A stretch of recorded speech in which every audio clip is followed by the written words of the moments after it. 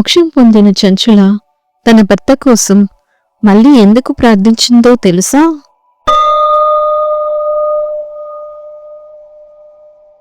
చంచుల శివుని కృపతో మోక్షాన్ని పొందింది.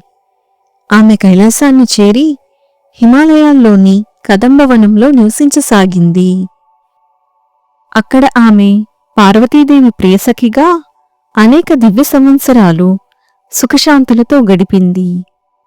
తనలాంటి పాపికి కూడా మోక్షం ప్రసాదించిన పరమశివుని మహిమను స్మరించుకుంటూ ఆమె హృదయం కృతజ్ఞతతో నిండిపోయింది. ఒకరోజు శివమహిమను స్మరిస్తూ తాను చేసిన పాపాలను గుర్తు చేసుకుంటూ ఆమె తన భర్త బిందుకుడి గురించి ఆలోచించింది. తనను చెడు మార్గంలోకి నెట్టినవాడు అతడే అయినా అతని గతి ఏమైందో తెలుసుకోవాలనే కరుణ ఆమె హృదయంలో కలిగింది. ఆ సమయానికి పార్వతీదేవి ఆ కదంబవనానికి విచ్చేసింది. చంచుల భక్తిపూర్వకంగా అమ్మవారిని స్తుతించింది. చంచుల హృదయభక్తిని గమనించిన పార్వతీదేవి, నీకు కావలసిన వరం ఏదైనా అడుగు అని అనుగ్రహించింది. అప్పుడు చంచుల వినయంగా, అమ్మా, నా భర్త బిందుకుడి గతి ఏమైంది అని అడిగింది. అప్పుడు పార్వతీదేవి, నీ భర్త బిందుగుడు మహాపాపి. తన మరణం తరువాత నరకంలో అనేక సహస్ర సంవత్సరాలు యాతనలు అనుభవించాడు.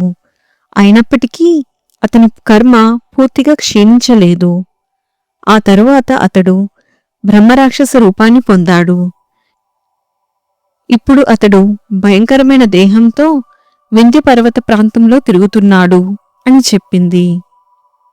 ఆ మాటలు విన్న చంచుల హృదయం కదిలిపోయింది.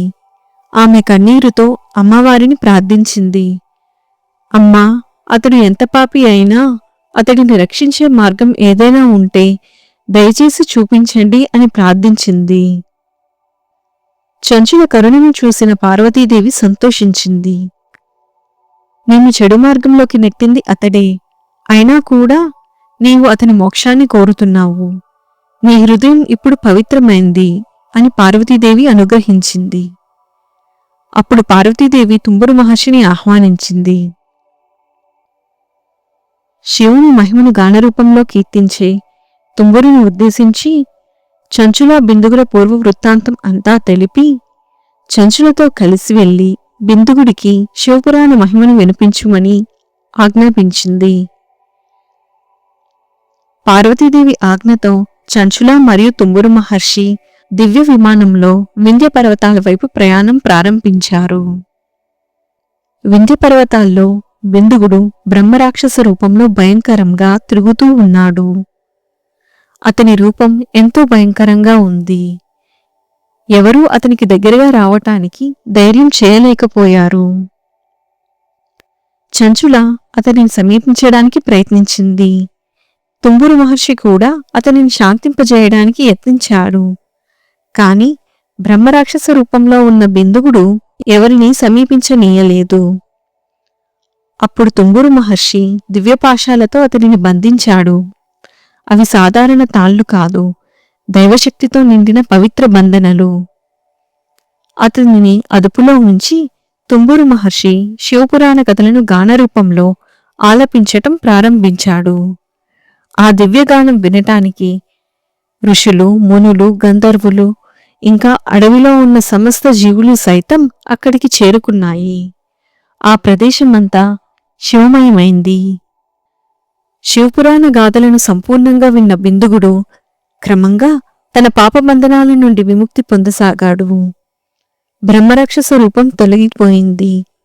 అతడు దివ్యకాంతితో నిండిన సుందర స్వరూపాన్ని పొందాడు. శివపురాణ మహిమతో అతనికి దివ్యత్వం లభించింది. ఆ తరువాత చంచుల మరియు బిందుగుడు తుంబురు మహర్షితో కలిసి మళ్లీ శివపార్వతుల సమక్షానికి చేరారు.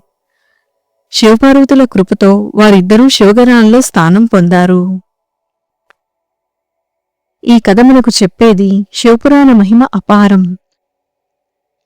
దానిని వినటం, స్మరించడం పరమపాపికి కూడా విముక్తి మార్గాన్ని తెరుస్తుంది. శివమహిమ అపారం. ఓం నమః శివాయ.